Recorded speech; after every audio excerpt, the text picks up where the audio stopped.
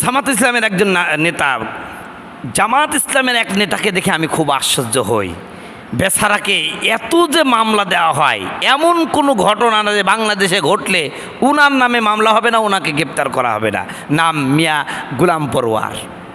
সাম্প্রতিক যে ঘটনাটা ঘটছে, এই ঘটনাও তাকে গ্রেপ্তার করা হয়েছে এবং রিমান্ড শেষে দেখলাম পিজন ভ্যানে করে তাকে আদালতে নিয়ে যাওয়া হচ্ছে। আমি অবাক হয়ে যাই।